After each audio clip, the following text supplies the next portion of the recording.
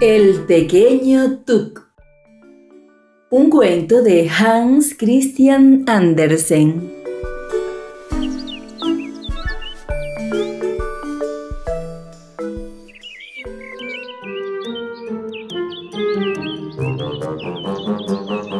Pues sí, este era el pequeño Tuk.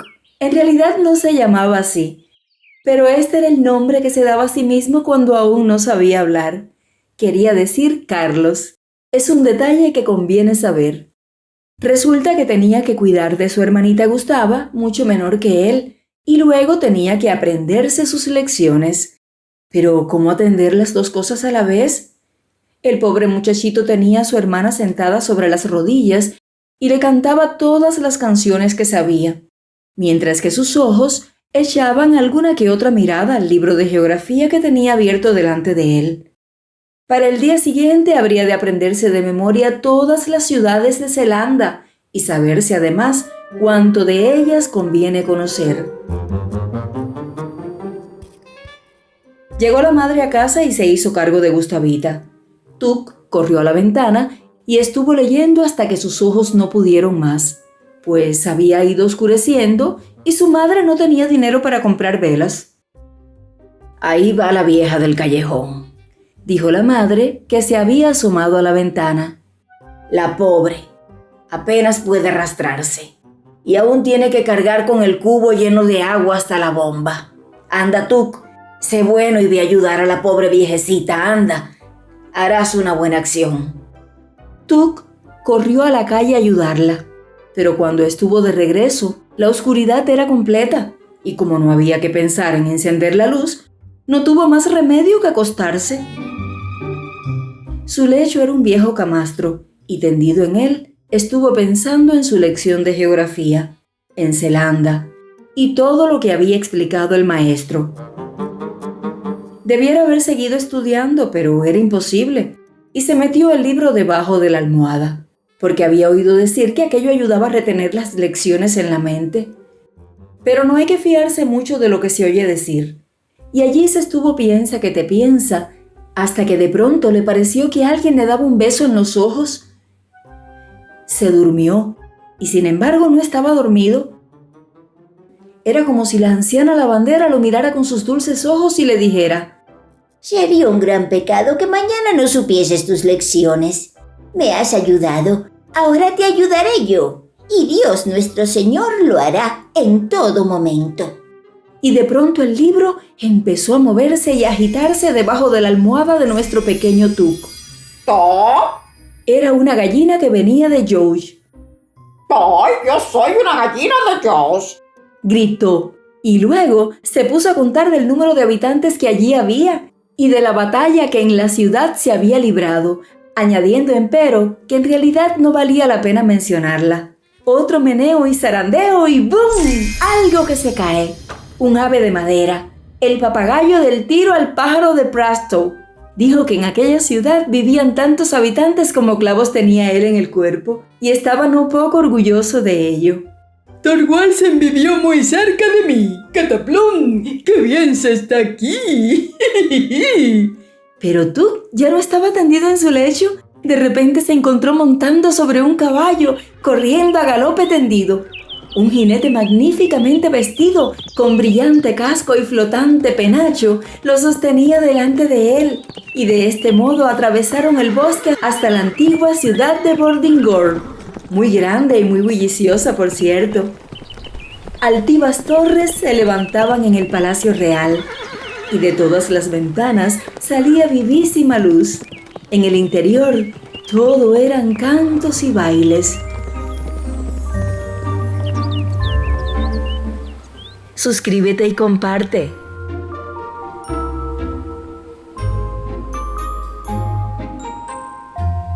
El rey Waldemar bailaba con las jóvenes damas cortesanas ricamente ataviadas, y con la salida del sol desaparecieron la ciudad, el palacio, las torres una tras otra, hasta no quedar sino una sola en la cumbre de la colina, donde se levantara antes el castillo. Era la ciudad muy pequeña y pobre, y los chiquillos pasaban con sus libros bajo el brazo diciendo: 2.000 habitantes. Pero no era verdad, no tenía tantos, y Tuk seguía en su camita como soñando, y sin embargo, no soñaba, pero alguien permanecía junto a él. Tuquito, Tuquito. Dijeron, era un marino, un hombre muy pequeñín, semejante a un cadete, pero no era un cadete. Te traigo muchos saludos de Corsó. Es una ciudad floreciente, llena de vida, con barcos de vapor y diligencias. Antes pasaba por fea y aburrida, pero esta es una opinión anticuada. Estoy a orillas del mar, Dijo Corsor. tengo carreteras y parques y he sido la cuna de un poeta que tenía ingenio y gracia. No todos lo tienen. Una vez quise armar un barco para que diese la vuelta al mundo, mas no lo hice. Aunque habría podido, y además vuelo tan bien, pues en mis puertas florecen las rosas más bellas. Tuk las vio, y ante su mirada, todo apareció rojo y verde. Pero cuando se esfumaron los colores, se encontró ante una ladera cubierta de bosque junto al límpido fiordo, y en la cima se levantaba una hermosa iglesia, antigua, con 2 altas torres puntiagudas. De la ladera brotaban fuentes que bajaban en espesos riachuelos de aguas murmurantes, y muy cerca estaba sentado un viejo rey con la corona de oro sobre el largo cabello. Era el rey Roar de las Fuentes, en las inmediaciones de la ciudad de Roeskilde, como la llaman hoy día. Y todos los reyes y reinas de Dinamarca, coronados de oro, se encaminaban cogidos de la mano a la vieja iglesia entre los sones del órgano y el murmullo de las fuentes. Nuestro pequeño Tuk lo veía y oía todo. No olvides los estados, Le dijo el rey Roar. De pronto desapareció todo. ¿Dónde había ido a parar? Daba exactamente la impresión de cuando se vuelve la página de un libro. Y he aquí una anciana, una escardadera venida de Sorrow, donde la hierba crece en la plaza del mercado. Llevaba su delantal de tela gris sobre la cabeza y colgándole de la espalda. Estaba muy mojado. Seguramente había llovido, sí que ha llovido. dijo la mujer, y le contó muchas cosas divertidas de las comedias de Hallward, así como de Waldemar y Absalón. Pero de pronto se encogió toda ella y se puso a mover la cabeza como si quisiera saltar. ¡Ay, Croa! ¡Está mojado! ¡Está mojado! ¡Hay un silencio de muerte en Sorrow! Se había transformado en rana ¡Croa! y luego otra vez en una vieja. Hay que vestirse a tiempo, Dijo, Está mojado, está mojado. Mi ciudad es como una botella.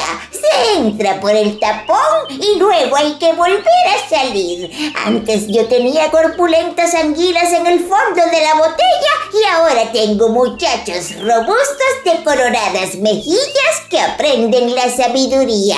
Griego, hebreo. sonaba como si las ranas cantasen o como cuando camináis por el pantano con grandes botas. Era siempre la misma nota, tan fastidiosa, tan monótona, que Tuk acabó por quedarse profundamente dormido.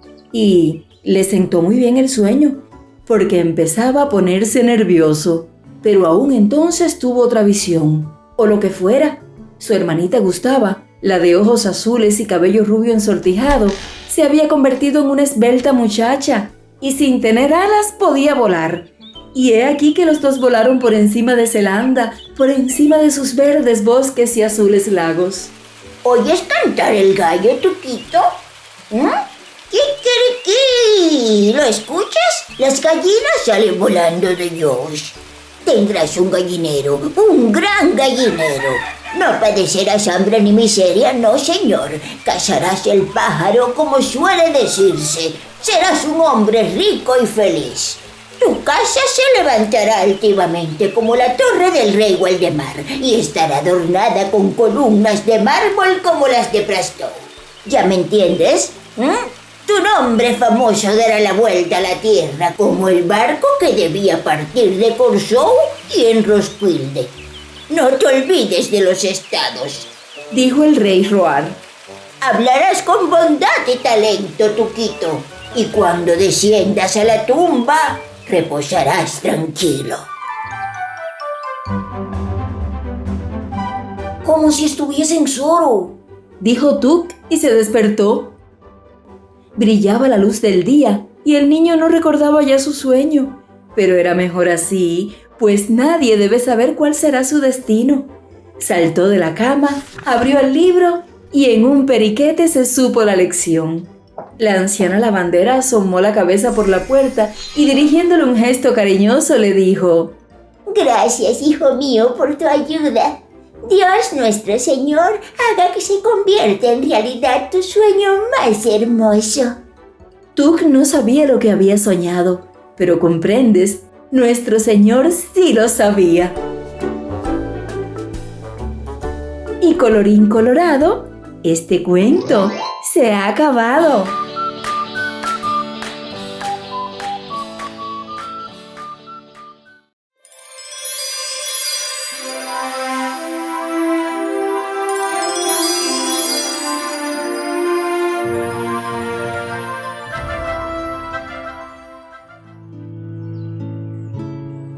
Una rosa en la tumba de Homero. Un cuento de Hans Christian Andersen.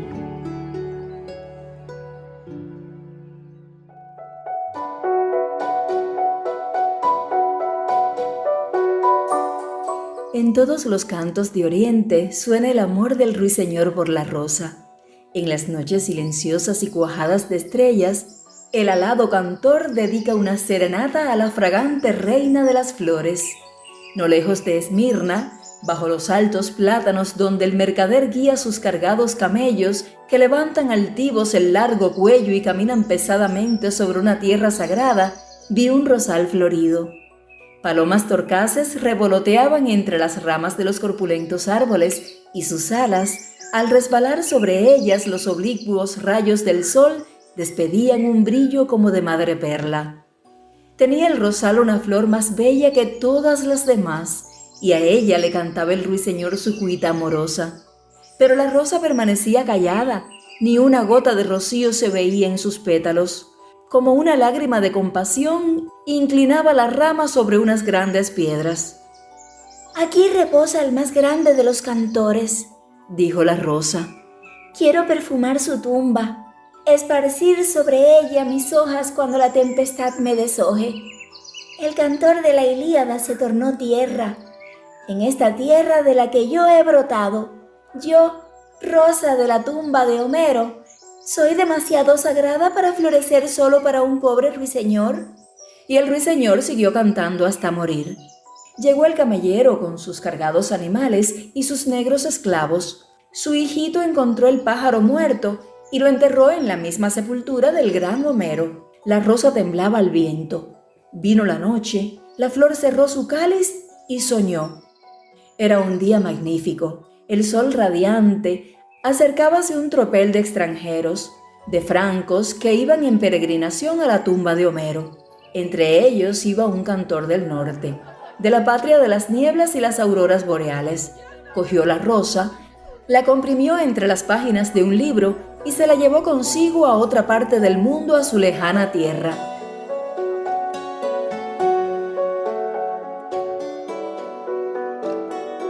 La rosa se marchitó de pena en su estrecha prisión del libro, hasta que el hombre, ya en su patria, lo abrió y exclamó: «¡Es una rosa de la tumba de Homero!». Tal fue el sueño de la flor, y al despertar tembló al contacto del viento, y una gota de rocío desprendida de sus hojas fue a caer a la tumba del cantor. Salió el sol y la rosa brilló más que antes. El día era tórrido, propio de la calurosa Asia. Se oyeron pasos, se acercaron extranjeros francos, como aquellos que la flor viera en sueños, y entre ellos venía un poeta del norte que cortó la rosa y dándole un beso, se la llevó a la patria de las nieblas y de las auroras boreales. Como una momia reposa ahora el cadáver de la flor en su Ilíada, y como en un sueño, lo oye abrir el libro y decir: «He aquí una rosa de la tumba de Homero». Y colorín colorado, este cuento se ha acabado.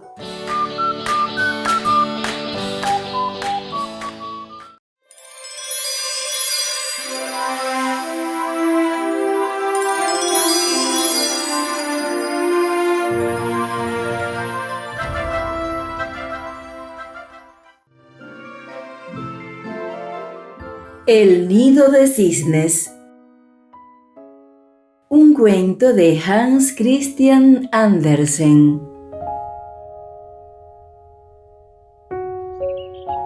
Entre los mares Báltico y del Norte hay un antiguo nido de cisnes. Se llama Dinamarca. En él nacieron y siguen naciendo cisnes que jamás morirán. En tiempos remotos, una bandada de estas aves voló por encima de los Alpes hasta las verdes llanuras de Milán. Aquella bandada de cisnes recibió el nombre de longobardos. Otra, de brillante plumaje y ojos que reflejaban la lealtad, se dirigió a Bizancio, donde se sentó en el trono imperial y extendió sus amplias alas blancas a modo de escudo. Para protegerlo, fueron los varingos. En la costa de Francia, resonó un grito de espanto ante la presencia de los cisnes sanguinarios, que llegaban con fuego bajo las alas y el pueblo rogaba: Dios nos libre de los salvajes normandos. Dios nos libre de los salvajes Dios nos libre normandos. de los salvajes normandos. Sobre el verde césped de Inglaterra se posó el cisne danés, con triple corona real sobre la cabeza y extendiendo sobre el país el cetro de oro. Los paganos de la costa de Pomerania hincaron la rodilla y los cisnes daneses llegaron con la bandera de la cruz y la espada desnuda. Todo eso ocurrió en épocas remotísimas, dirás. También en tiempos recientes se han visto volar del nido cisnes poderosos. Te invito a suscribirte a mi canal. No te pierdas ni una sola historia. Hízose luz sobre los campos del mundo. Con sus robustos aleteos, el cisne disipó la niebla opaca, quedando visible el cielo estrellado como si se acercase a la tierra. Fue el cisne Tycho Brahe. Sí, en aquel tiempo, dices. ¿Pero hoy en nuestros días?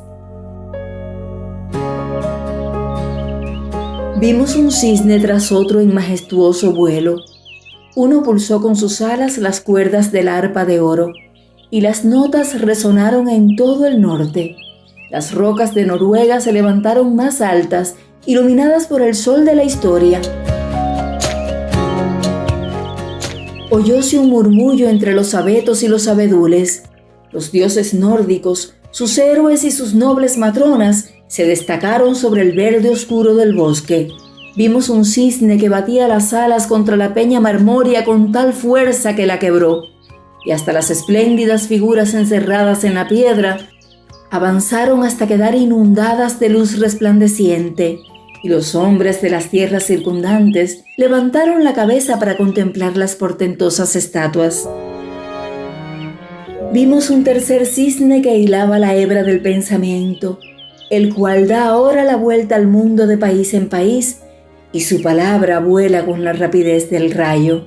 Dios nuestro Señor ama al viejo nido de cisnes construido entre los mares Báltico y Norte. Dejad sino que otras aves prepotentes se acerquen por los aires con propósito de destruirlo. No lo lograrán jamás. Hasta las crías implumes se colocan en círculo en el borde del nido. Bien lo hemos visto. Recibirán los embates en pleno pecho, del que manará la sangre, mas ellos defenderán con el pico y con las garras. Pasarán algunos siglos, otros cisnes saldrán del nido, que serán vistos y oídos en toda la redondez del globo, antes de que llegue la hora en que pueda decirse la verdad. Es el último de los cisnes, el último canto que sale de su nido. Y colorín colorado, esta historia se ha acabado.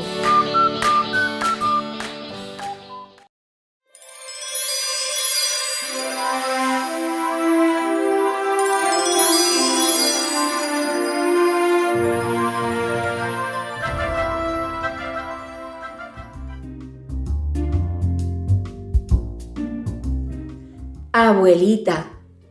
Un cuento de Hans Christian Andersen.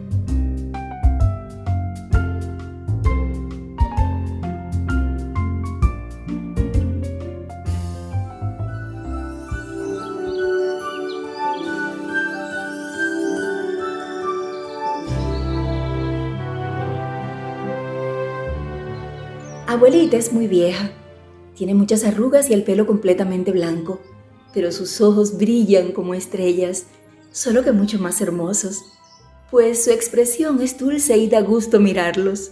También sabe cuentos maravillosos y tiene un vestido de flores grandes, grandes, de una seda tan tupida que cruje cuando anda. Abuelita sabe muchas cosas, muchísimas cosas, pues vivía ya mucho antes que papá y mamá. Esto nadie lo duda, ¿eh? Tiene un libro de cánticos con recias cantoneras de plata. Lo lee con gran frecuencia. En medio del libro hay una rosa, comprimida y seca, y sin embargo la mira con una sonrisa de arrobamiento y le asoman lágrimas a los ojos. ¿Por qué abuelita mirará así la marchita rosa de su devocionario? ¿No lo sabes? Cada vez que las lágrimas de la abuelita caen sobre la flor, los colores cobran vida. La rosa se hincha y toda la sala se impregna de su aroma. Se esfuman las paredes cual si fuesen pura niebla. Y en derredor se levanta el bosque, espléndido y verde, con los rayos del sol filtrándose entre el follaje. Y abuelita vuelve a ser joven, una bella muchacha de rubias trenzas y redondas mejillas coloradas, elegante y graciosa. No hay rosa más lozana, pero sus ojos dulces y cuajados de dicha, siguen siendo los de abuelita. Sentado junto a ella hay un hombre, joven, vigoroso, apuesto. Huele la rosa y ella sonríe, pero ya no es la sonrisa de abuelita. Sí, y vuelve a sonreír. Ahora se ha marchado él, y por la mente de ella desfilan muchos pensamientos y muchas figuras. El hombre gallardo ya no está. La rosa yace en el libro de cánticos, y abuelita vuelve a ser la anciana que contempla la rosa marchita guardada en el libro.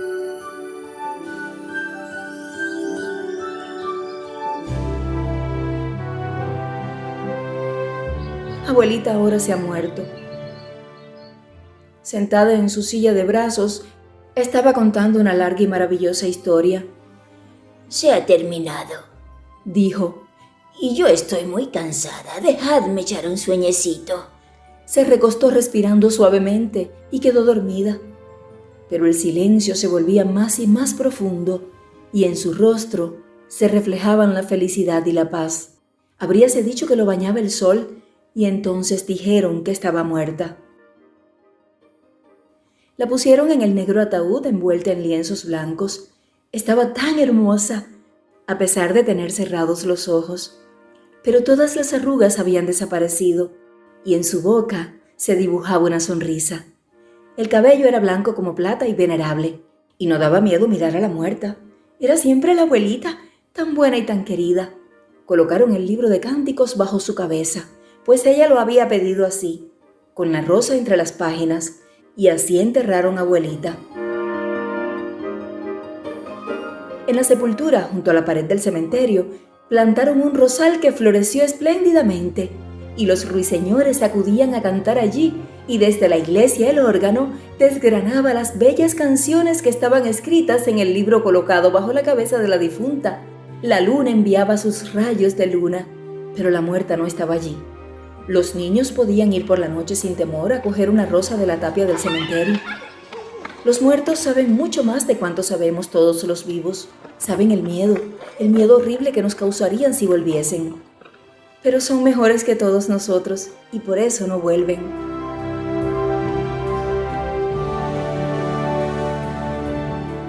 Hay tierra sobre el féretro y tierra dentro de él.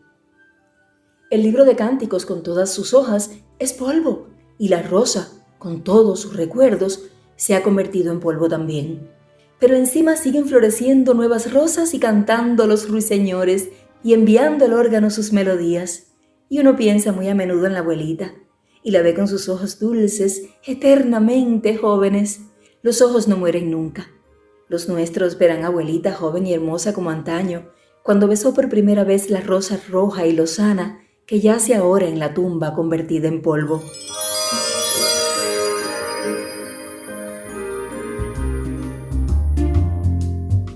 Y colorín colorado, este cuento se ha acabado.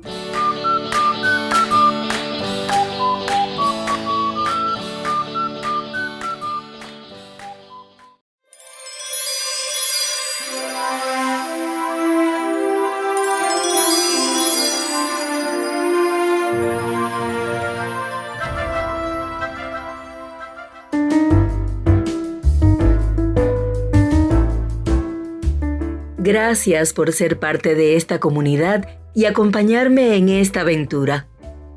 Suscríbete y comparte.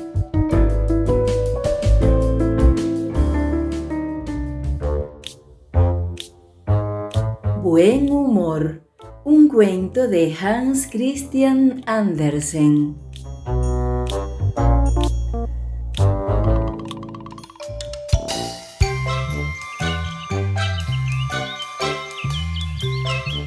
Mi padre me dejó en herencia el mejor bien que se puede imaginar, el buen humor.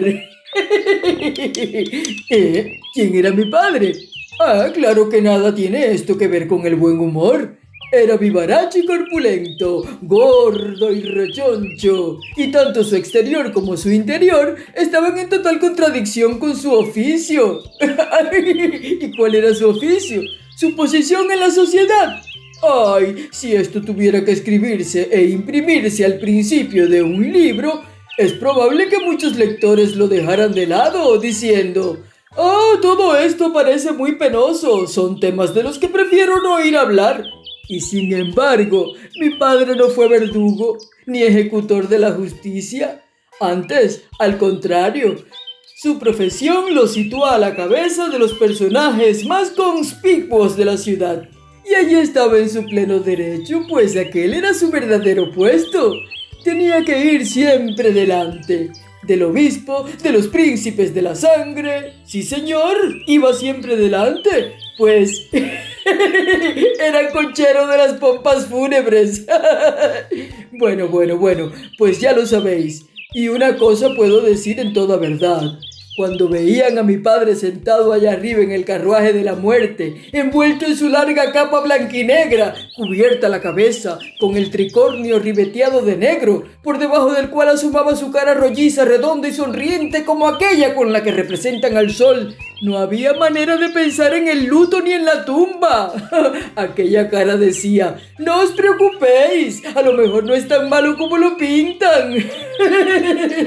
Pues bien, de él he heredado mi buen humor y la costumbre de visitar con frecuencia el cementerio. ¿Esto resulta muy agradable? Sí, claro, con tal de ir allí con un espíritu alegre. Y otra cosa todavía, me llevo siempre el periódico como él hacía también. Ya no soy tan joven como antes, no tengo mujer ni hijos, ni tampoco biblioteca, pero como ya he dicho, compro el periódico y con él me basta. Es el mejor de los periódicos, el que leía también mi padre. Resulta muy útil para muchas cosas y además trae todito lo que hay que saber. Quién predica en las iglesias y quién lo hace en los libros nuevos donde se encuentran casas, criados, ropas y alimentos. Quién efectúa liquidaciones y quién se marcha. Y luego uno se entera de tantos actos caritativos y de tantos versos ingenuos que no hacen daño a nadie. Anuncios matrimoniales, citas que uno acepta o no, y todo de manera tan sencilla y natural. Se puede vivir muy bien y muy felizmente y dejar que lo entierren a uno cuando se tiene el noticiero. Al llegar al final de la vida se tiene tantísimo papel que uno puede tenderse encima si no le parece apropiado descansar sobre las virutas y el serrín. El noticiero y el cementerio son y han sido siempre las formas de ejercicio que más han hablado a mi espíritu, mis balnearios preferidos para conservar el buen humor. Ahora bien, por el periódico puede pasear cualquiera, pero veníos conmigo al cementerio, venga, vamos allá cuando el sol brilla y los árboles están verdes. Pasémonos entonces por entre las tumbas. Cada una de ellas es como un libro cerrado con el lomo hacia arriba. Puede leerse el título que dice lo que la obra contiene y sin embargo, nada dice. Pero yo conozco el intríngulis. Lo sé por mi padre y por mí mismo. Lo tengo en mi libro funerario, un libro que me he compuesto yo mismo para mi servicio y gusto. En él están todos juntos y aún algunos más.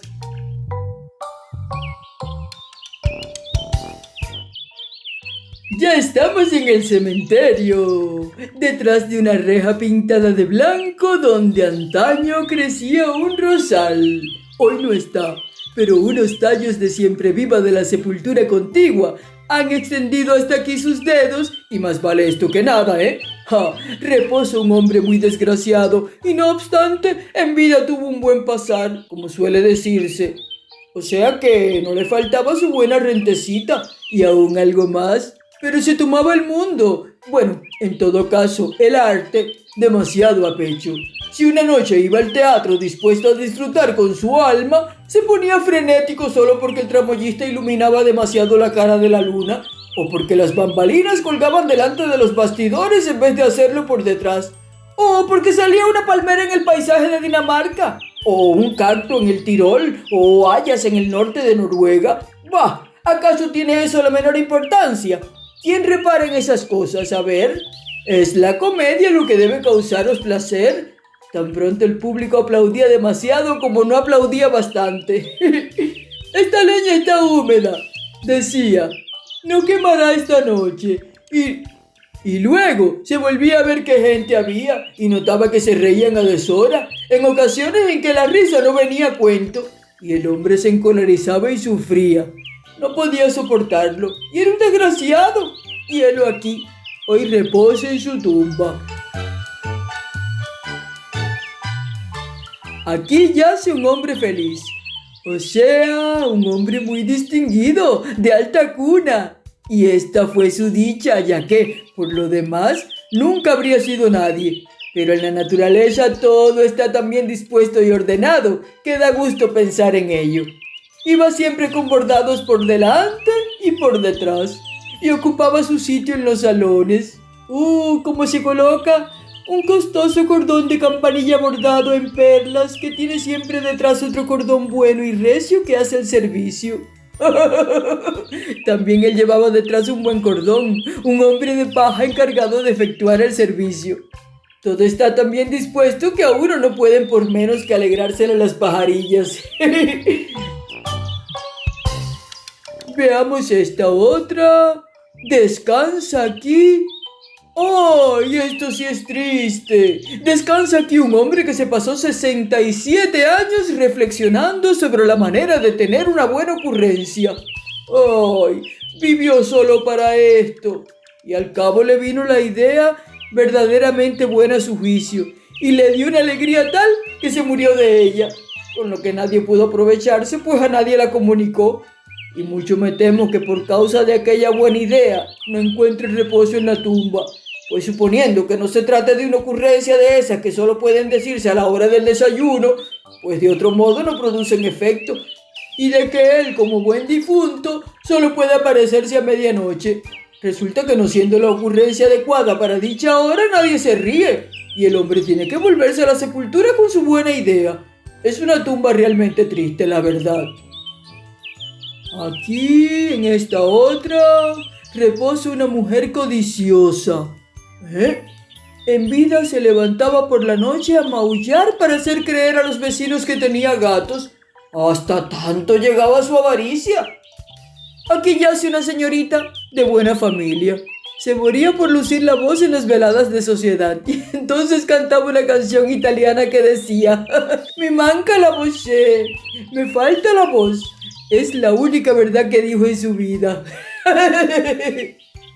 Y aquí, a ver, aquí yace una doncella de otro cuño.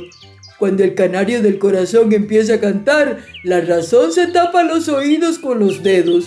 La hermosa doncella entró en la gloria del matrimonio. Es esta una historia de todos los días y muy bien contada además. Dejemos en paz a los muertos. Aquí reposa una viuda que tenía miel en los labios y bilis en el corazón. ¡Ay! Visitaba a las familias a la casa de los defectos del prójimo, de igual manera que en días pretéritos. El amigo policía iba de un lado a otro en busca de una placa de cloaca que no estaba en su sitio. Tenemos aquí un panteón de familia. Todos los miembros de ella estaban tan concordes en sus opiniones que aun cuando el mundo entero y el periódico dijesen «es así», Si el Benjamín de la casa decía al llegar de la escuela, pues yo lo he oído de otro modo, su afirmación era la única fidedigna, pues el chico era miembro de la familia y no había duda. Si el gallo del corral acertaba a cantar a medianoche, era señal de que rompía el alba, por más que el vigilante y todos los relojes de la ciudad se empeñasen en decir que era medianoche.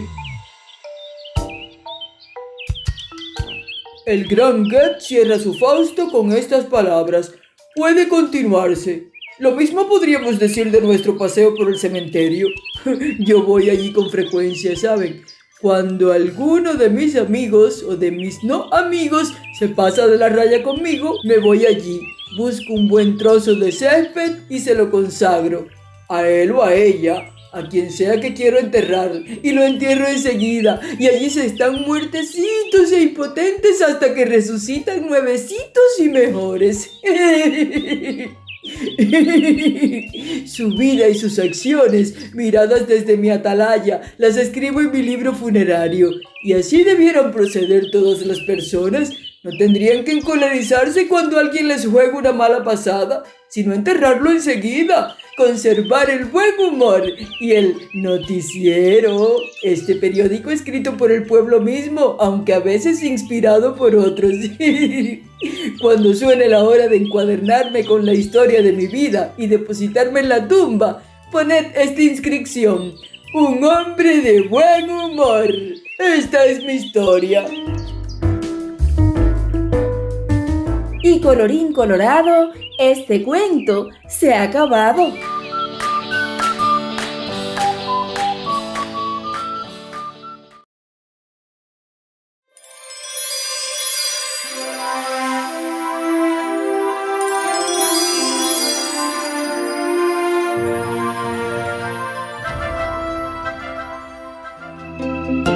El patico feo. La mamá Pata había escogido un lugar ideal para hacer su nido, una esquinita bien protegida en medio del follaje, cerca del río que rodeaba el viejo castillo. Más adelante se extendía el bosque y un precioso jardín lleno de flores. En aquel lugar sosegado y en aquel momento, la Pata calentaba pacientemente sus huevos. Finalmente, después de una larga espera, los huevos se abrieron uno tras otro y de las cáscaras rotas surgieron, graciosos y menudos, los patitos amarillos que inmediatamente saltaron del nido. Pero uno de los huevos todavía no se abría. Era un huevo grande y la Pata pensó que no lo había incubado lo suficiente. Con paciencia, dio unos picotazos en el huevo y este comenzó a romperse. Pero en vez de un patito amarillito, salió un ave gris y torpe. ¿No parecía un patito? Para tener la certeza de que el recién nacido era un patito y no otra ave, la madre Pata lo condujo al río y lo obligó a bucear junto a los otros patitos. Cuando lo vio nadar con naturalidad y satisfacción, suspiró aliviada. Era solo un patito muy feo. Tranquilizada, llevó a su numerosa familia a conocer a los otros animales que vivían en el patio del castillo. Todos felicitaron a la Pata. Su prole era realmente bonita, excepto uno, el horroroso y torpe de las plumas cenicientas. ¡Oh! Es grande y no tiene gracia. ¡Jau! Ladró el perro. ¿Tiene un aire atontado? ¡Ay, qué feo! El cerdito no dijo nada, pero gruñía con aire de desaprobación. Los días siguientes, las cosas empeoraron. Todos los animales, incluso los patitos, perseguían a la fea criatura. La Pata, que al principio había defendido a aquella extraña cría suya, ahora tenía vergüenza de ella y prefería librarse de su compañía. El pobre patito crecía solo, mal cuidado y despreciado. Sufría.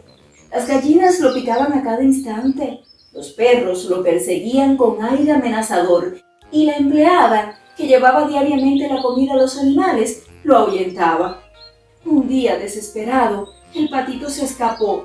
Quería estar lejos de todos los que lo perseguían. Caminó y llegó cerca de una laguna, donde vivían algunos patos salvajes. Fue recibido con indiferencia, pero tampoco fue maltratado ni ridiculizado, y esto, para él, que hasta ahora solo había sufrido, era suficiente. Infelizmente, aquel periodo de tranquilidad no duró mucho. Una madrugada, la quietud de la laguna fue interrumpida por el ruido de varios disparos. Habían llegado los cazadores. Muchos patitos salvajes perdieron la vida. Sin embargo, el patito feo de milagro se consiguió salvar, escondiéndose entre la vegetación. Después de esto, la laguna ya no ofrecía seguridad y en cuanto dejaron de sonar los disparos, el patito huyó de allí. De nuevo caminó y caminó y caminó buscando un lugar en el que no sufriese. Al atardecer llegó a una cabaña. La puerta estaba entreabierta y consiguió entrar sin que se notara. Una vez dentro, cansado y temblando de frío, se encogió en una esquinita y luego se durmió. En la cabaña vivía una vieja en compañía de un gato, muy experto en cazar ratones, y de una gallina que todos los días ponía su huevecito. A la mañana siguiente, la mujer de la cabaña vio al patito durmiendo en el rincón y se puso muy contenta. Tal vez sea una patita. Si lo fuera, tarde o temprano pondrá huevos y yo podré preparar cremas, bizcochos y pasteles, porque tendré más huevos. Tengo mucha suerte. Pero el tiempo pasaba y no aparecía ningún huevo. La vieja empezó a perder la paciencia. La gallina y el gato, que no veían con buenos ojos al recién llegado, se volvieron tan agresivos y peleones que el afligido patito prefirió dejar la seguridad de la cabaña y huir una vez más. Caminó y caminó y caminó hasta encontrar un lugar tranquilo cerca de un lago y allí se paró. Durante lo que duró la buena estación, el verano, las cosas no fueron del todo mal. El patito pasaba buena parte de su tiempo en el agua y allí mismo en el agua encontraba suficiente alimento. Pero llegó el otoño. Las hojas comenzaron a caer, bailando en el aire antes de posarse en el suelo, formando una gran alfombra amarilla. El cielo se cubrió de nubes amenazadoras y el viento soplaba cada vez más. Solito, triste y hambriento, el patito pensaba, preocupado, en el invierno que se avecinaba. Al final de la tarde, vio surgir entre los arbustos una bandada espléndida de grandes y lindísimas aves. Tenían las plumas blancas, las alas grandes y un largo pescuezo, delicado y sinuoso. Eran cisnes, emigrando en la dirección de las regiones calientes, que lanzando extraños sonidos se elevaron volando hacia lo alto. El patito se quedó encantado mirando hacia la bandada, y cuando los vio desaparecer en el horizonte, sintió una gran tristeza, como si se hubiese perdido a unos amigos muy queridos. Con el corazón compungido, se lanzó al agua de la laguna, nadando durante mucho rato. No conseguía quitarse del pensamiento aquellas maravillosas criaturas, graciosas y elegantes, y se sentía más feo, más solito y más infeliz que nunca.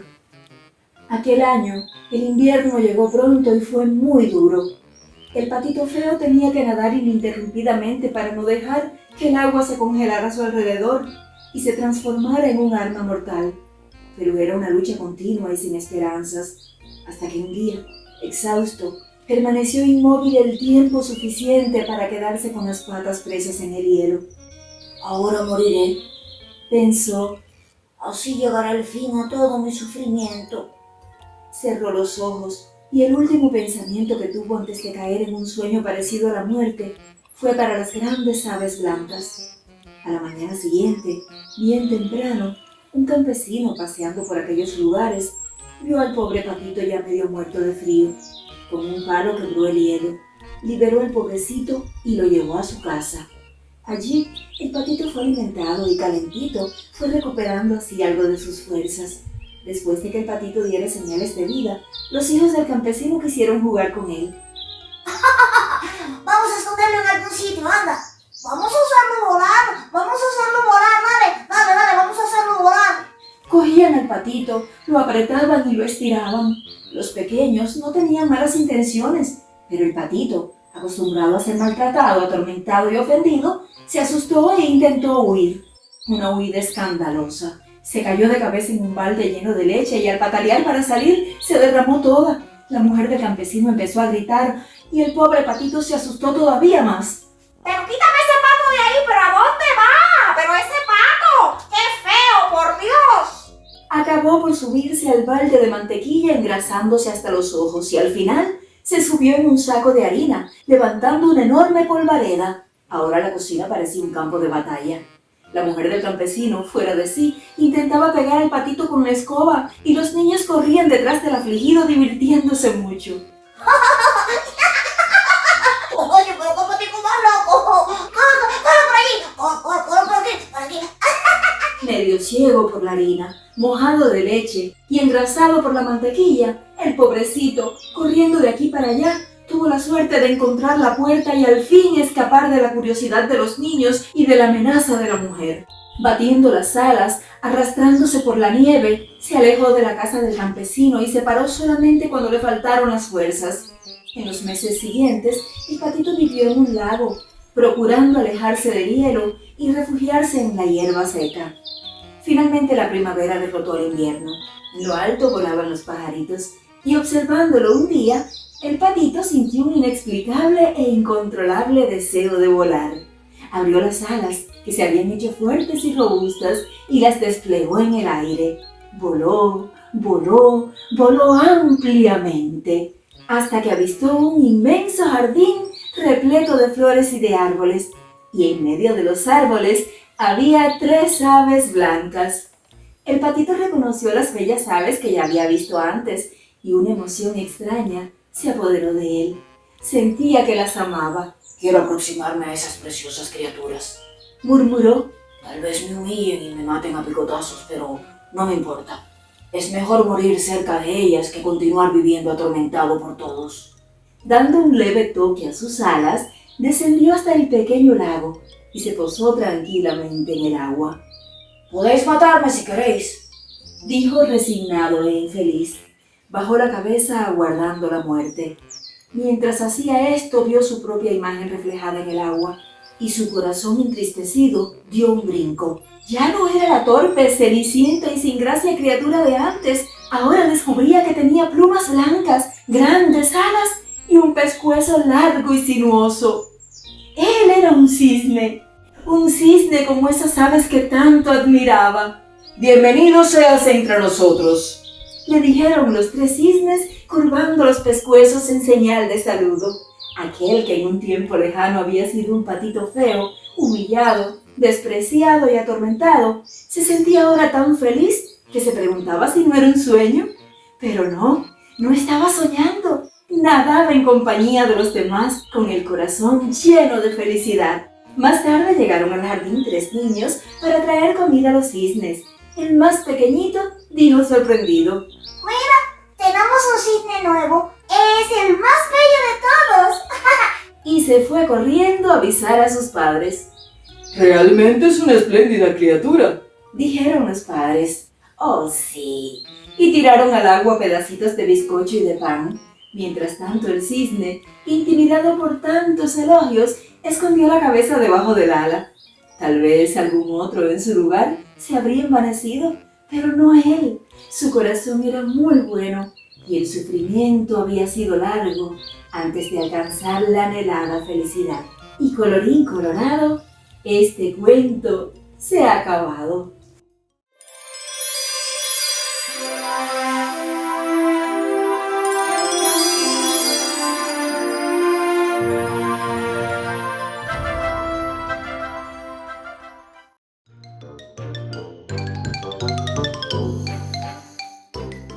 El cuello de camisa.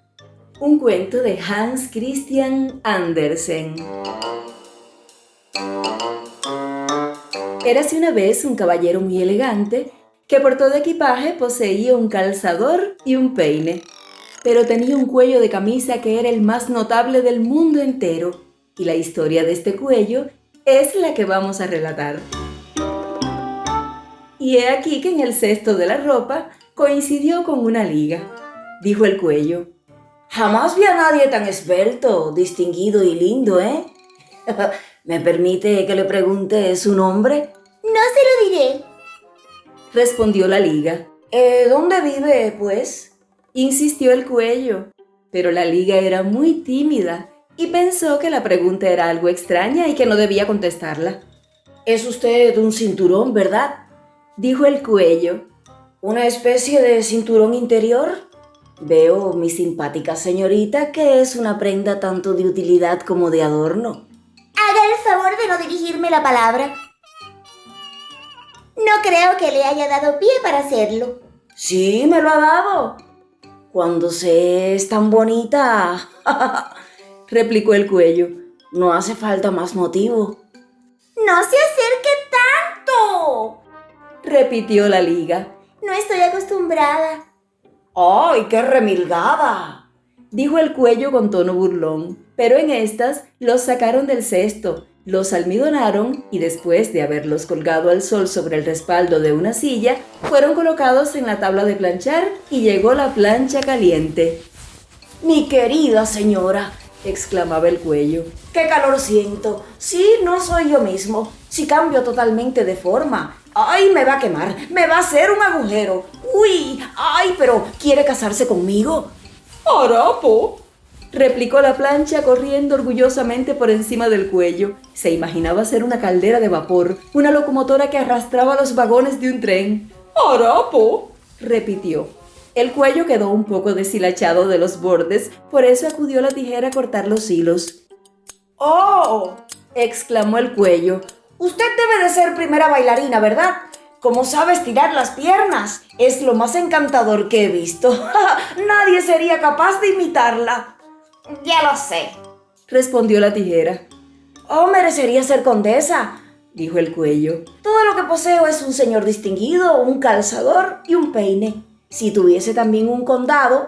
Ah, ¿se me está declarando el asqueroso? exclamó la tijera y enfadada le propinó un corte que lo dejó inservible. Al fin tendré que solicitar la mano del peine. Es admirable cómo conserva usted todos los dientes, mi querida señorita, dijo el cuello. ¿No ha pensado nunca en casarse? Claro, ya puede figurárselo, contestó el peine. Seguramente habrá oído que estoy comprometida con el calzador. Prometida, suspiró el cuello, y como no había nadie más a quien declararse, se las dio en decir mal del matrimonio. Pasó mucho tiempo y el cuello fue a parar al almacén de un fabricante de papel. Había allí una nutrida compañía de harapos. Los finos iban por su lado, los toscos por el suyo, como exige la corrección. Todos tenían muchas cosas que explicar, pero el cuello los superaba a todos, pues era un gran fanfarrón. La de novias que he tenido, decía. No me dejaban un momento de reposo. Andaba yo hecho un petimetre en aquellos tiempos, siempre muy tieso y almidonado. Tenía además un calzador y un peine que jamás utilicé. Tenían que haberme visto entonces, cuando me acicalaba para una fiesta. Nunca me olvidaré de mi primera novia. Fue una cinturilla delicada, elegante y muy linda. Por mí se tiró a una bañera. Luego hubo una plancha que ardía por mi persona, pero no le hice caso y se volvió negra. Tuve también relaciones con una primera bailarina. Ella me produjo la herida, cuya cicatriz conservo. Era terriblemente celosa. Mi propio peine se enamoró de mí. Perdió todos los dientes de mal de amores. La de aventuras que he corrido. Pero lo que más me duele es la liga. La cinturilla que se tiró en la bañera. ¿Cuántos pecados llevo sobre la conciencia? Ya es demasiado de que me convierta en papel blanco. Y fue convertido en papel blanco con todos los demás trapos. Y el cuello es precisamente la hoja que aquí vemos, en la cual se imprimió su historia. Y le está bien empleado por haberse jactado de cosas que no eran verdad. Tengámoslo en cuenta para no comportarnos como él, pues en verdad no podemos saber si también nosotros iremos a dar algún día al saco de los trapos viejos y seremos convertidos en papel. Y toda nuestra historia, aún lo más íntimo y secreto de ella, será impresa y andaremos por esos mundos teniendo que contarla. Y colorín colorado, este cuento se ha acabado.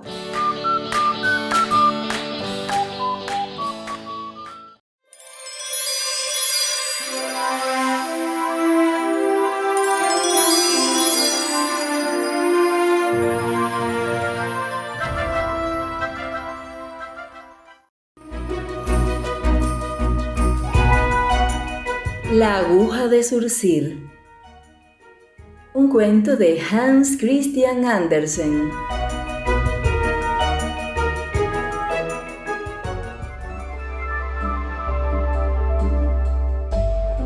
Érase una vez una aguja de surcir tan fina y puntiaguda que se creía ser una aguja de coser. Fijaos en lo que hacéis y manejadme con cuidado, decía a los dedos que la manejaban. No me dejéis caer, que si voy al suelo, las pasaréis negras para encontrarme. ¿Soy tan fina? Vamos, vamos, que no es para tanto, dijeron los dedos sujetándola por el cuerpo. Mirad, aquí llego yo con mi séquito. Prosiguió la aguja arrastrando tras sí una larga hebra, pero sin nudo. Los dedos apuntaron la aguja a la zapatilla de la cocinera. El cuero de la parte superior había reventado y se disponían a coserlo. ¡Uy, qué trabajo más ordinario!, exclamó la aguja. No es para mí. ¡Me rompo! Y se rompió. ¿No os lo dije?, suspiró la víctima. Soy demasiado fina. Oh, ya no sirve para nada, pensaron los dedos, pero hubieron de seguir sujetándola, mientras la cocinera le aplicaba una gota de lacre y luego era clavada en la pechera de la blusa. ¡Toma!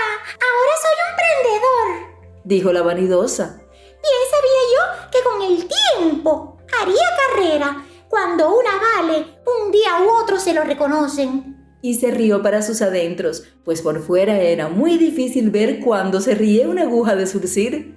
Y se quedó allí tan orgullosa, como si fuese en coche, y paseaba la mirada a su alrededor. ¿Puedo tomarme la libertad de preguntarle con el debido respeto si acaso es usted de oro?, inquirió el alfiler vecino suyo. Tiene usted un porte majestuoso y cabeza propia, aunque pequeña, Debe procurar crecer, pues no siempre se pueden poner gotas de lacre en el cabo. Al oír esto, la aguja se irguió con tanto orgullo que se soltó de la tela y cayó en el vertedero, en el que la cocinera estaba lavando. Ahora me voy de viaje, con tal que no me pierda, dijo la aguja, pero el caso es que se perdió. Este mundo no está hecho para mí, pensó ya en el arroyo de la calle. Soy demasiado fina, pero tengo conciencia de mi valer, y esto siempre es una pequeña satisfacción. Y mantuvo su actitud sin perder el buen humor. Por encima de ella pasaban flotando toda clase de objetos, virutas, pajas, pedazos de periódicos. ¡Cómo navegan!, decía la aguja. Pocos imaginan lo que hay en el fondo. Yo estoy en el fondo y aquí sigo clavada. ¡Toma! Ahora pasa una viruta que no piensa en nada del mundo como no sea en una viruta. O sea, en ella misma. ¡Miren! ¡Mira! Y ahora viene una paja. ¡Ay, qué manera de revolcarse y de girar! No pienses tanto en ti que darás contra una piedra. ¡Ay! Y ahora un trozo de periódico.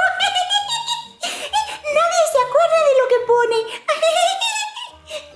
Y no obstante, como se ahueca, yo en cambio me estoy aquí paciente y quieta. Sé lo que soy y seguiré siéndolo.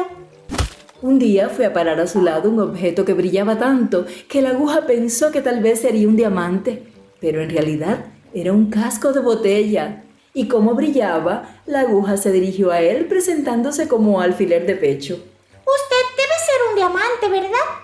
Bueno, sí, algo por el estilo. Y los dos quedaron convencidos de que eran joyas excepcionales y se enzarzaron en una conversación acerca de lo presuntuosa que es la gente. ¿Sabes? Yo viví en el estuche de una señorita, dijo la aguja de surcir. Era cocinera, tenía 5 dedos en cada mano, pero nunca he visto nada tan engreído como aquellos 5 dedos. Y sin embargo, toda su misión consistía en sostenerme, sacarme del estuche y volverme a meter en él. ¿Brillaban acaso?, preguntó el casco de botella. ¿Brillar?, exclamó la aguja. No, pero a orgullosos nadie los ganaba. Eran 5 hermanos, todos dedos de nacimiento. Iban siempre juntos, la mar de tiesos uno al lado del otro. A pesar de que ninguno era de la misma longitud, El de más afuera se llamaba pulgar. Uy, era corto y gordo. Estaba separado de la mano, ¿sabes? Y como solo tenía una articulación en el dorso, solo podía hacer una inclinación. Pero afirmaba que si a un hombre se lo cortaban, quedaba inútil para el servicio militar. Luego venía el lameollas, que se metía en lo dulce y en lo amargo. Señalaba el sol y la luna y era el que apretaba la pluma cuando escribían. ¡Uy, el larguirucho! ¡El larguirucho! Se miraba los demás desde lo alto. ¡Ay, el borde dorado! ¡Uy, se paseaba como un aro de oro alrededor del cuerpo! Y el menudo, meñique, ese no hacía nada, de lo cual estaba muy ufano. Todo era jactarse y vanagloriarse. Por eso fui yo a dar en el vertedero, por su culpa. Y ahora estamos aquí brillando. dijo el casco de botella. En el mismo momento llegó más agua al arroyo, lo desbordó y se llevó el casco. ¡Vamos! ¡A este lo han despachado!, dijo la aguja. Yo me quedo. Soy demasiado fina, pero esto es mi orgullo y vale la pena. Y permaneció altiva, sumida en sus pensamientos.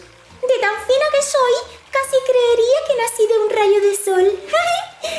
Tengo la impresión de que el sol me busca siempre debajo del agua. ¡Ay, soy tan sutil que ni mi padre me encuentra! Si no se me hubiese roto el ojo, creo que lloraría. Pero no es distinguido llorar.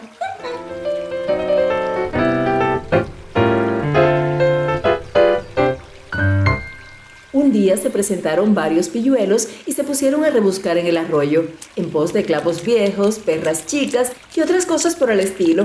Era una ocupación muy sucia, pero ellos se divertían de lo lindo. ¡Oh! ¡Ay! Exclamó uno. Se había pinchado con la aguja de zurcir. ¡Esta marrana! Yo no soy ninguna marrana, sino una señorita, Más respeto. Protestó la aguja, pero nadie la oyó.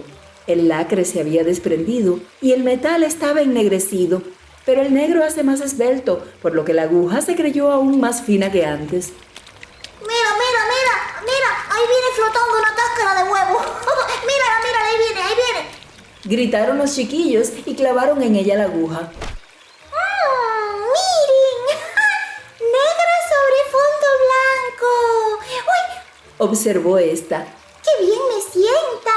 Soy bien visible, con tal que no me maree ni vomite. Pero no se mareó ni vomitó. Es una gran cosa contra el mareo tener estómago de acero. ¡Uy!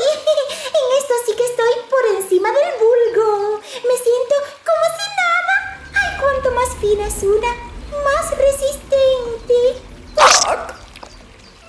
Exclamó la cáscara al sentirse aplastada por la rueda de un carro. ¡Uy! ¡Cómo pesa! Ahora sí que me mareo. ¡Uy! ¡Ay, me rompo!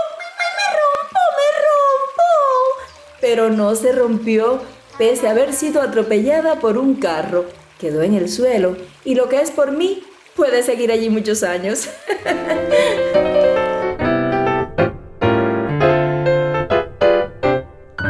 Y colorín colorado, este cuento se ha acabado.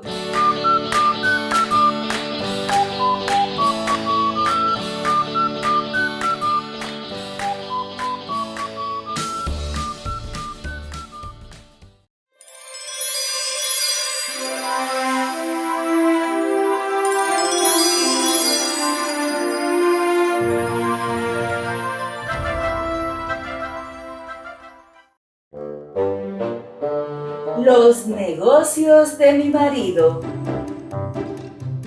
Era una vez un matrimonio de campesinos que vivía modestamente de los frutos que les proporcionaban las cosechas. A pesar de la vida humilde, eran muy felices, ya que se querían mucho. Habitaban en una casita sencilla pero agradable, de paredes un poco torcidas, con ventanas bajas, una puerta que no cerraba demasiado bien y un tejado de bálago en el que una cigüeña había hecho su nido. Detrás de la cabaña había un enorme sauce llorón que se reflejaba en el estanque y una huerta rodeada por un seto vivo que en primavera se llenaba de lindas flores. La pareja no poseía nada fuera de lo necesario para vivir día a día. Un caballo que no les daba ningún trabajo, ya que se alimentaba de la hierba que crecía junto al pozo, era el único lujo. El campesino lo montaba para ir a la ciudad y alguna vez lo prestaba a los vecinos en la época de arar los campos. Aquel animal era útil, pero no indispensable. Marido mío, ¿por qué no vendemos el caballo o lo cambiamos por algo que nos sea más útil? Propuso un día la esposa. Buena idea, pero ¿por qué otra cosa lo podríamos cambiar, mujer? Oh, escoge tú. Tú eres tan inteligente y listo que seguro que harás un buen negocio. Hoy hay mercado en la ciudad. ¿Por qué no vas hasta allí? La campesina dio a su marido su mejor traje, el que usaba solo en los días de fiesta. Le colocó un pañuelo de seda en el cuello, cepilló con cuidado su sombrero, sacó brillo a sus botas ya bien limpias y por fin le dio un abrazo. Estás tan elegante, pareces un verdadero caballero. Ahora vete y buen viaje. Vuelve pronto, querido. El campesino partió montado en el caballo, pensando qué sería mejor, venderlo y obtener el dinero o cambiarlo por alguna cosa. El cielo estaba sin nubes y el sol ardía. El camino estaba lleno de gente que iba a hacer compras al mercado y en el ambiente había mucho polvo. Entre aquella polvareda, el campesino vio acercarse a un hombre que llevaba una cabrita atada a una cuerda. Era una cabra muy diferente a las demás, bonita, de mirada inteligente y caminar reposado. El campesino se quedó mirando al animal. Ese animal debe producir mucha leche. Pensó. Buena leche de cabra significa mantequilla y queso estupendos. Cambiarla por mi caballo sería un buen negocio, sí. Llamó al dueño de la cabrita. ¡Hey, amigo! ¿Querría cambiar su animalito por mi caballo? El otro, más experimentado, vio enseguida que era un buen negocio y no se entretuvo. En un instante, el trueque estuvo hecho a gusto de los dos. Ahora el campesino podría volver para su casa ya que había hecho exactamente lo que quería, un cambio ventajoso. Pero decidió ir hasta el mercado solo para dar una ojeada. Iba a pie por su camino, aguantando el polvo, el calor, pero se sentía satisfecho. La cabrita le seguía, dócil, y de vez en cuando daba un balido tembloroso. Buena leche, buena mantequilla y buen queso. Pensando en las delicias que la cabra le daría, vio en un puente que iba a dar al camino un chiquillo que llevaba bajo el brazo un gordo ganso. El campesino se paró fascinado a admirar el ave, mientras el chico se aproximaba. ¡Qué maravilla de ganso! Plumaje blando y tupido y carne sabrosa. Estaría estupendo en el estanquito detrás de mi casa. ¿Cuántas veces mi mujer se ha quejado por no tener un ganso al que dar las mondaduras de las manzanas, de las patatas y las sobras de las comidas? Sí, estoy seguro de que a ella le gustaría mucho tener ese ganso. ¡Hey, chico! ¿Sabes lo que tengo yo? Podríamos hacer un cambio. Yo te doy la cabrita y me quedo con el ganso. El rapaz no creía lo que estaba oyendo. Cerró el negocio antes de que el otro cambiase de idea. El campesino estaba satisfecho y con el ganso debajo del brazo prosiguió en dirección al mercado. Entonces, otra vez, la atención del campesino se despertó. En el camino que llevaba directamente a la ciudad, apareció un chico sosteniendo una gallina por las patas. No era una gallina vulgar. Tenía una cresta muy roja, plumas brillantes y la cola bien formada. El campesino se paró, codiciando aquel ave de excelente aspecto. ¡Es una hermosa gallina, chico! ¿Vas a venderla en el mercado? Eso mismo, señor. Espero hacer un buen negocio. Una gallina así nadie la tiene por donde nosotros vivimos. Imagino que pondrá muchos huevos, ¿eh? Muchos y grandes. Pero no decía la verdad. Llevaba la gallina al mercado porque ponía pocos huevos. Las gallinas ponen huevos, los empollan y nacen los pollitos, y se cuidan solitos, escarbando y buscando gusanos y granos el día entero en el patio. No es necesario ni meterlos en el gallinero. Escucha, ¿tú cambiarías tu gallina por mi ganso?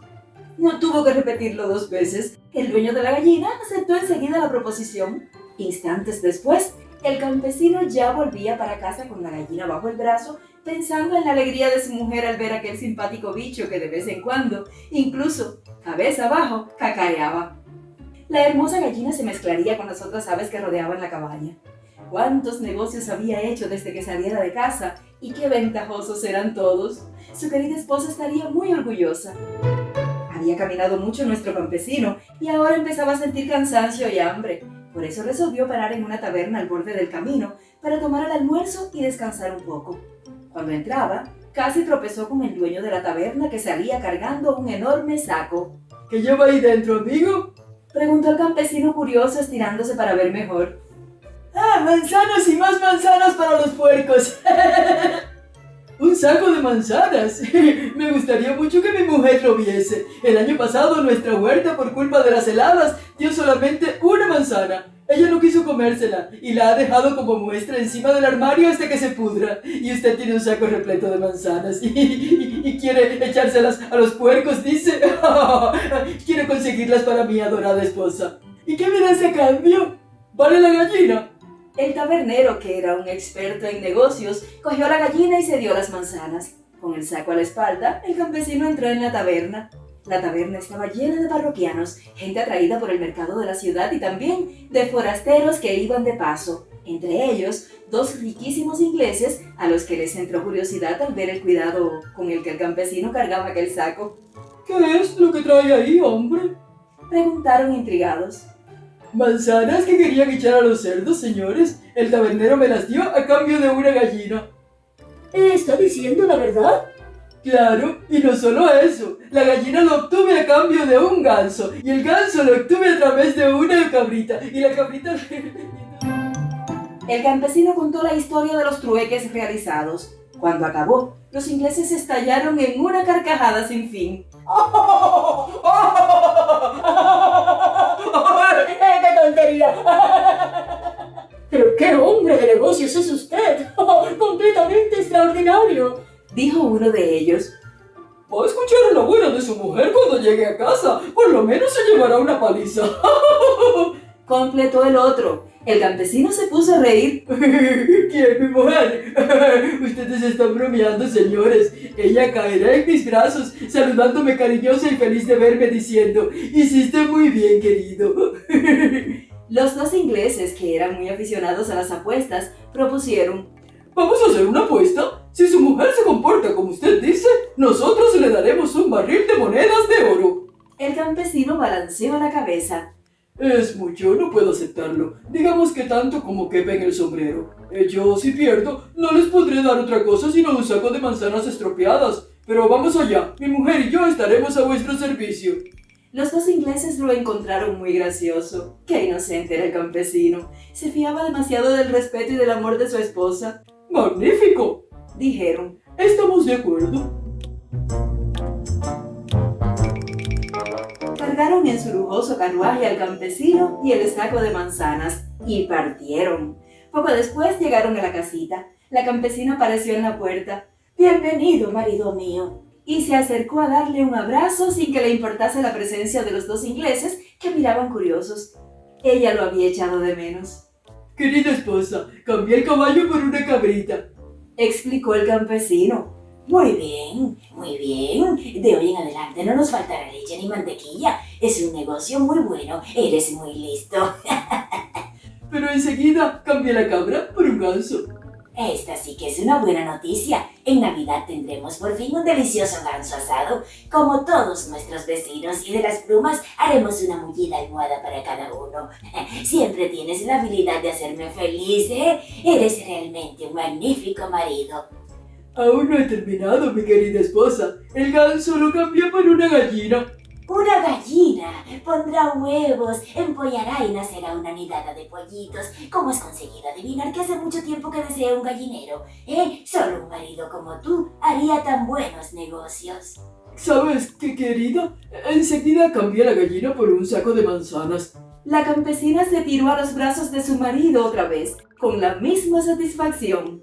Esta es una noticia aún mejor, amor mío, y te explicaré el porqué. Después de tu marcha, empecé la comida para cuando volvieses. Quería hacerte una tortilla de cebollas bien sabrosa, así que fui a pedir unas cuantas a la mujer del maestro. Ella tiene plantado de todo en aquel huerto inmenso. ¿Y sabes lo que me respondió aquella egoísta? No puedo prestar nada, es tiempo de crisis. Y en su huerta no hay ni siquiera una manzana podrida. ¡Pero qué mezquina!, murmuró el marido. Ahora mismo voy allá y le tiro esas manzanas. No una, sino 10, 100. Estoy muy satisfecha, marido mío. ¿Sabes qué te digo? Todo lo que haces está bien hecho. Y diciendo esto, abrazó de nuevo largamente y con cariño a su inteligente marido. Los 2 ingleses encogieron los hombros, impresionados. Habían perdido la apuesta. ¡Ay! En este mundo hay sitio para todo. Suspiró el primero. Pero a mí me gustaría tener una mujer como eso. Respondió el segundo. Y sin decir más, entregaron al campesino un sombrero lleno de monedas de oro. Y colorín colorado, este cuento se ha acabado.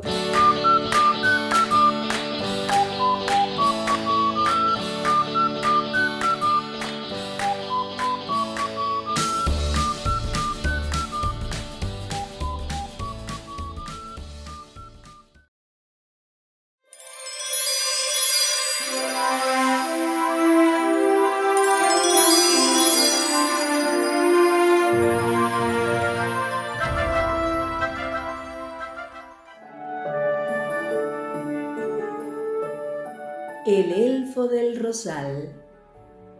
Un cuento de Hans Christian Andersen.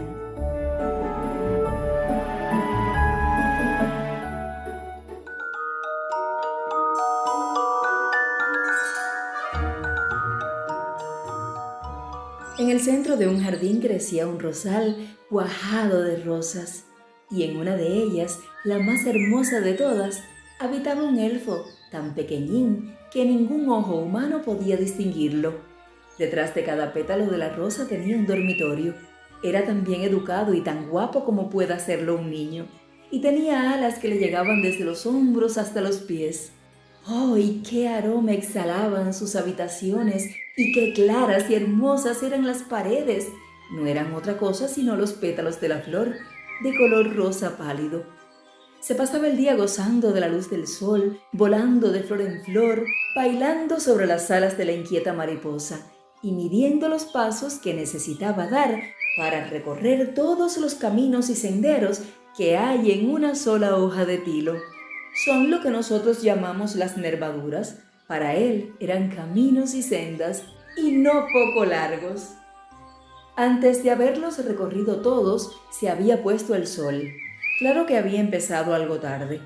Se enfrió el ambiente, cayó el rocío mientras soplaba el viento. Lo mejor era retirarse a casa. El elfo echó a correr cuando pudo, pero la rosa se había cerrado y no pudo entrar, y ninguna otra quedaba abierta. El pobre elfo se asustó no poco. Nunca había salido de noche. Siempre había permanecido en su casita, dormitando tras los tibios pétalos. ¡Ay, su imprudencia le iba a costar la vida! Sabiendo que en el extremo opuesto del jardín había una glorieta recubierta de bella madreselva, cuyas flores parecían trompetillas pintadas, decidió refugiarse en una de ellas y aguardar la mañana. Se acercó volando a la glorieta. ¡Cuidado! Dentro había dos personas, un hombre joven y guapo y una hermosísima muchacha, sentados uno junto al otro.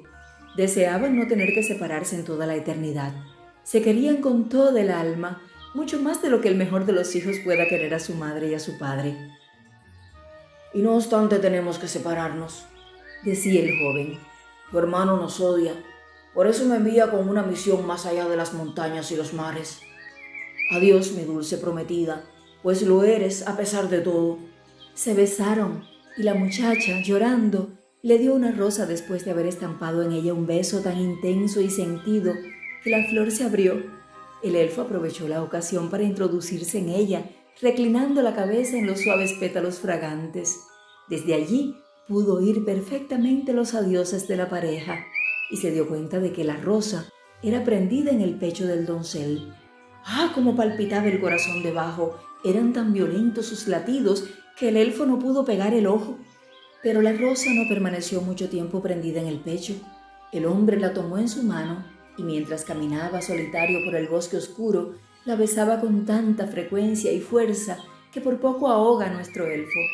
Este podía percibir a través de la hoja el ardor de los labios del joven, y la rosa, por su parte, se había abierto como el calor del sol más cálido de mediodía. Acercóse entonces otro hombre, sombrío y colérico. Era el perverso hermano de la doncella.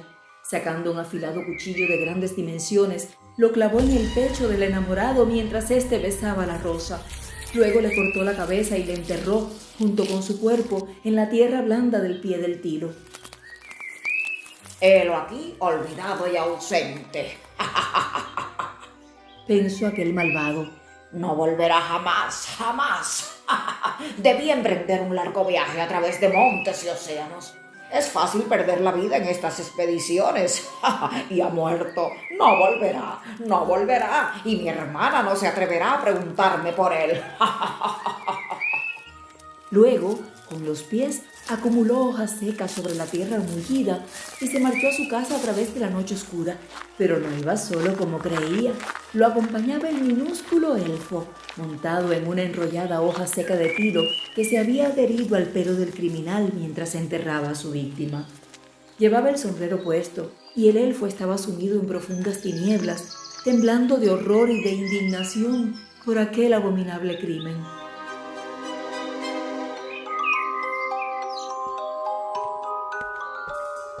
El malvado llegó a casa al amanecer.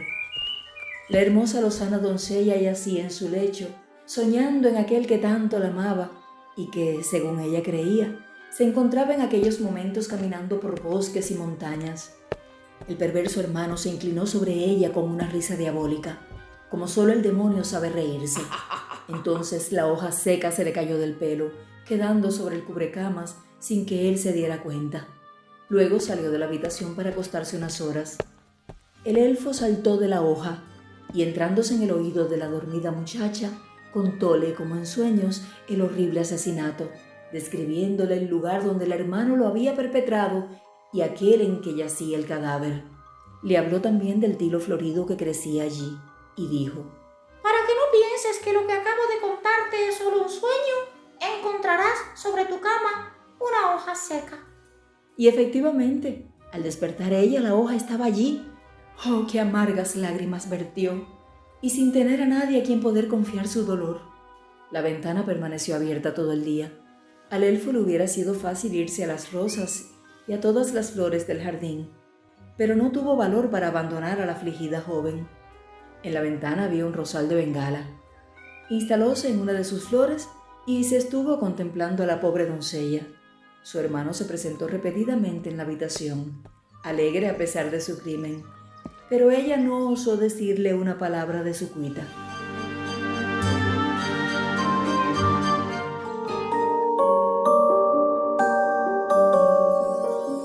No bien hubo oscurecido, la joven salió disimuladamente de la casa. Se dirigió al bosque, al lugar donde crecía el tilo, y apartando las hojas y la tierra, no tardó en encontrar el cuerpo del asesinado. ¡Ay, cómo lloró! Y cómo rogó a Dios nuestro Señor que le concediese la gracia de una pronta muerte. Hubiera querido llevarse el cadáver a casa, pero al serle imposible, cogió la cabeza lívida con los ojos cerrados y, besando la fría boca, sacudió la tierra adherida al hermoso cabello. La guardaré, dijo, y después de haber cubierto el cuerpo con tierra y hojas, volvió a su casa con la cabeza y una ramita de jazmín que florecía en el sitio de la sepultura. Llegada a su habitación, cogió la maceta más grande que pudo encontrar, depositó en ella la cabeza del muerto, la cubrió de tierra y plantó en ella la rama de jazmín. Adiós, adiós, susurró el geniecillo que, no pudiendo soportar por más tiempo aquel gran dolor, voló a su rosa del jardín. Pero estaba marchita. Solo unas pocas hojas amarillas colgaban aún del cáliz verde. ¡Qué pronto pasa lo bello y lo bueno!, suspiró el elfo. Por fin encontró otra rosa y estableció en ella su morada, detrás de sus delicados y fragantes pétalos. Cada mañana se llegaba volando a la ventana de la desdichada muchacha y siempre encontraba a ésta llorando junto a su maceta. Sus amargas lágrimas caían sobre la ramita de jazmín, la cual crecía y se ponía verde y lozana, mientras la palidez iba invadiendo las mejillas de la doncella. Brotaban nuevas ramillas y florecían blancos capullitos que ella besaba. El perverso hermano no cesaba de reñirle, preguntándole si se había vuelto loca. No podía soportarlo ni comprender por qué lloraba continuamente sobre aquella maceta. Ignoraba qué ojos cerrados y qué rojos labios se estaban convirtiendo allí en tierra. La muchacha reclinaba la cabeza sobre la maceta y el elfo de la rosa solía encontrarla allí dormida. Entonces se deslizaba en su oído y le contaba de aquel anochecer en la glorieta, del aroma de la flor y del amor de los elfos. Ella soñaba dulcemente. Un día, mientras se hallaba sumida en uno de estos sueños, se apagó su vida y la muerte la cogió misericordiosa, encontrándose en el cielo junto al ser amado. Y los jazmines abrieron sus blancas flores y esparcieron su maravilloso aroma característico. Era su modo de llorar a la muerta. El mal hermano se apropió la hermosa planta florida y la puso en su habitación junto a la cama, pues era preciosa y su perfume una verdadera delicia. La siguió el pequeño elfo de la rosa volando de florecilla en florecilla, en cada una de las cuales habitaba una almita, y le habló del joven inmolado cuya cabeza era ahora tierra entre la tierra, y les habló también del malvado hermano y de la desdichada hermana. Lo sabemos. Decía cada alma de las flores: Lo sabemos. ¿No brotamos acaso de los ojos y de los labios del asesinado? Lo sabemos. y hacían con la cabeza unos gestos significativos. El elfo no lograba comprender cómo podían estarse tan quietas y se fue volando en busca de las abejas que recogían miel y les contó la historia del malvado hermano. Y las abejas lo dijeron a su reina, la cual dio orden de que a la mañana siguiente dieran muerte al asesino. Pero la noche anterior, la primera que siguió al fallecimiento de la hermana, al quedarse dormido el malvado en su cama junto al oloroso jazmín, se abrieron todos los cálices, invisibles, pero armadas de ponzoñosos dardos, salieron todas las almas de las flores y penetrando primero en sus oídos, le contaron sueños de pesadilla. Luego, volando a sus labios, le hirieron en la lengua con sus venenosas flechas.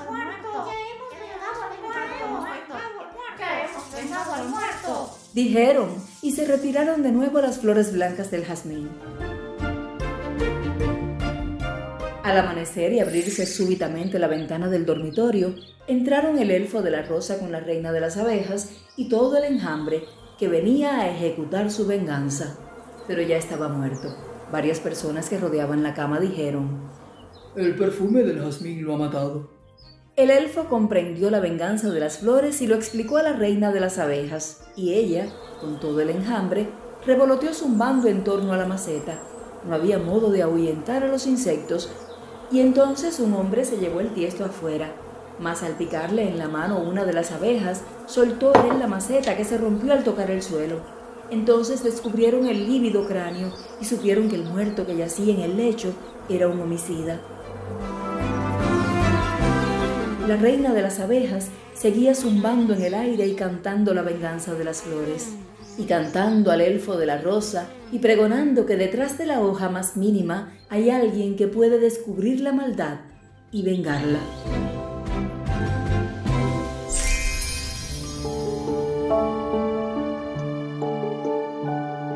Y colorín colorado, este cuento se ha acabado.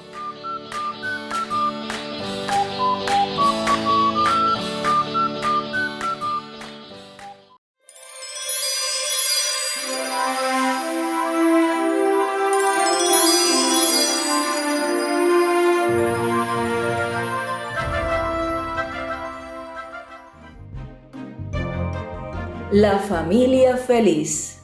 Un cuento de Hans Christian Andersen.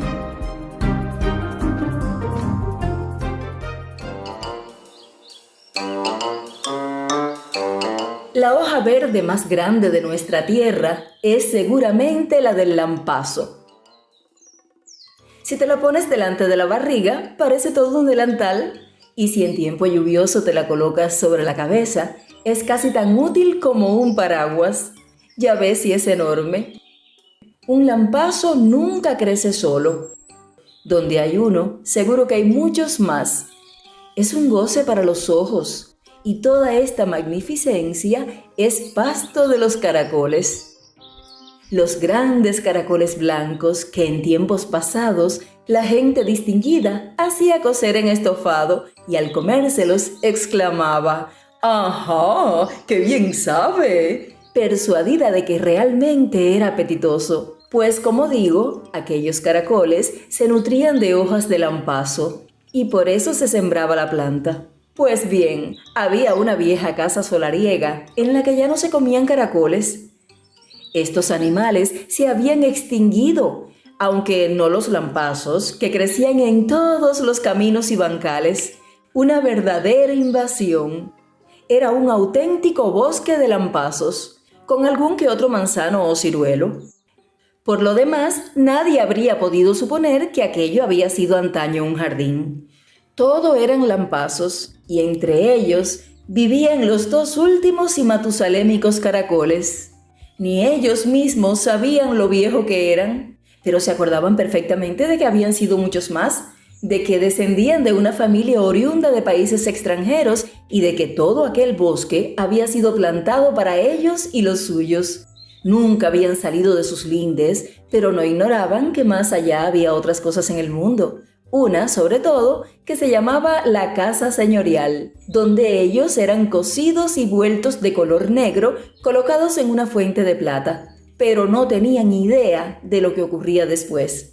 Por otra parte, no podían imaginarse qué impresión debía causar el ser cocido y colocado en una fuente de plata, pero seguramente sería delicioso y distinguido por demás. Ni los abejorros, ni los sapos, ni la lombriz de tierra, a quienes habían preguntado, pudieron informarles. Ninguno había sido cocido ni puesto en una fuente de plata. Los viejos caracoles blancos eran los más nobles del mundo. De eso sí estaban seguros. El bosque estaba allí para ellos, y la casa señorial para que pudieran ser cocidos y depositados en una fuente de plata. Vivían muy solos y felices, y como no tenían descendencia, habían adoptado un caracolillo ordinario al que educaban como si hubiese sido su propio hijo. Pero el pequeño no crecía, pues no pasaba de ser un caracol ordinario.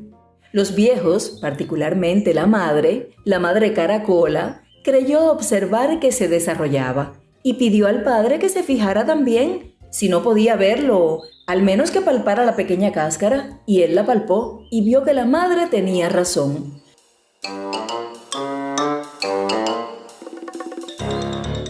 Un día se puso a llover fuertemente. Escucha el rampataplán de la lluvia sobre los lampazos, Dijo el viejo. ¡Ay, sí! ¿Y las gotas llegan hasta aquí? Observó la madre. Bajan por el tallo. Verás cómo esto se moja. Suerte que tenemos nuestra buena casa y que el pequeño tiene también la suya, ¿eh? Salta a la vista que nos han tratado mejor que a todos los restantes seres vivos, que somos los reyes de la creación. En una palabra, poseemos una casa desde la hora en que nacemos y para nuestro uso exclusivo plantaron un bosque de lampazos. ¡Ay! Me gustaría saber hasta dónde se extiende y qué hay ahí afuera. No hay nada fuera de ahí, Respondió el padre. Mejor que esto no puede haber nada, y yo no tengo nada que desear. Pues a mí Dijo la vieja. me gustaría llegarme a la casa señorial, que me conocieran y me pusieran en una fuente de plata. Todos nuestros antepasados pasaron por ello, y créeme, debe de ser algo excepcional. Tal vez la casa esté destruida, Objetó el caracol padre. o quizás el bosque de lampazos la ha cubierto y los hombres no pueden salir. Por lo demás, no corre prisa, tú siempre te precipitas y el pequeño sigue tu ejemplo, ¿eh? En 3 días se ha subido a lo alto del tallo. Realmente me da vértigo cuando levanto la cabeza para mirarlo. ¡Ay, no seas tan regañón! Dijo la madre. El chiquillo trepa con mucho cuidado y estoy segura de que aún nos dará muchas alegrías. Al fin y a la postre, no tenemos más que a él en la vida. ¿Has pensado alguna vez en encontrarle esposa, viejo? ¿No crees que si nos adentrásemos en la selva de lampazos, tal vez encontraríamos alguno de nuestra especie? Ay, seguramente habrá por ahí caracoles negros. Dijo el viejo. Caracoles negros sin cáscara, pero son tan ordinarios. Y sin embargo, son orgullosos, sí. Eso sí. Pero podríamos encargarlo a las hormigas, que siempre corren de un lado para otro como si tuviesen mucho que hacer. Seguramente encontrarían una mujer para nuestro pequeño.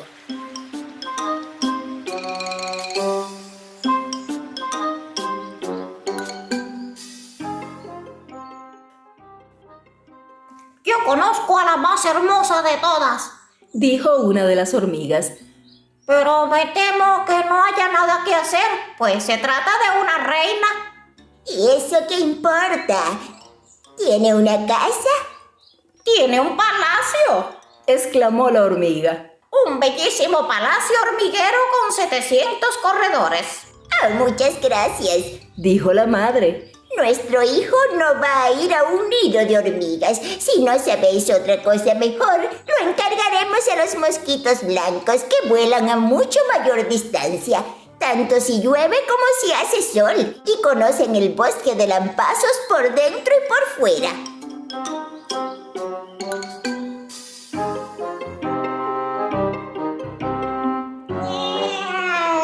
¡Tenemos esposa para él! Exclamaron los mosquitos. ¡Tenemos esposa para él! A 100 pasos de hombre en un zarzal vive un caracolito con casa. Es muy pequeñín, pero tiene la edad suficiente para casarse. Está a no más de 100 pasos de hombre de aquí. ¡Ah, muy bien! Pues que venga. Muy bien, pues que venga. Dijeron los viejos. Él posee un bosque de lampazos y ella solo un zarzal. Y enviaron recado a la señorita Caracola. Invirtió 8 días en el viaje, pero ahí estuvo precisamente la distinción. Por ello pudo verse que pertenecía a la especie apropiada. Y se celebró la boda.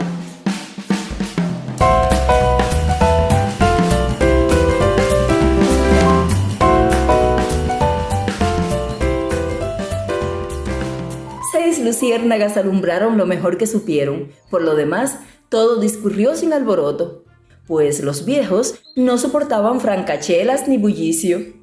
Pero Madre Caracola pronunció un hermoso discurso. El padre no pudo hablar por causa de la emoción. Luego les dieron en herencia todo el bosque de lampazos y dijeron lo que habían dicho siempre, que era lo mejor del mundo y que si vivían honradamente y como Dios manda y se multiplicaban, ellos y sus hijos entrarían algún día en la casa señorial, serían cocidos hasta quedar negros y los pondrían en una fuente de plata. Terminado el discurso, los viejos se metieron en sus casas, de las cuales no volvieron ya a salir. Se durmieron definitivamente. La joven pareja reinó en el bosque y tuvo una numerosa descendencia, pero nadie los coció ni los puso en una fuente de plata, de lo cual dedujeron que la mansión señorial se había hundido y que en el mundo se había extinguido el género humano. Y como nadie los contradijo, la cosa debía de ser verdad. La lluvia caía solo para ellos sobre las hojas del lampazo, con su rampataplán, rampataplán, rampataplán, y el sol brillaba únicamente para alumbrarles el bosque. Y fueron muy felices. Toda la familia fue muy feliz de veras.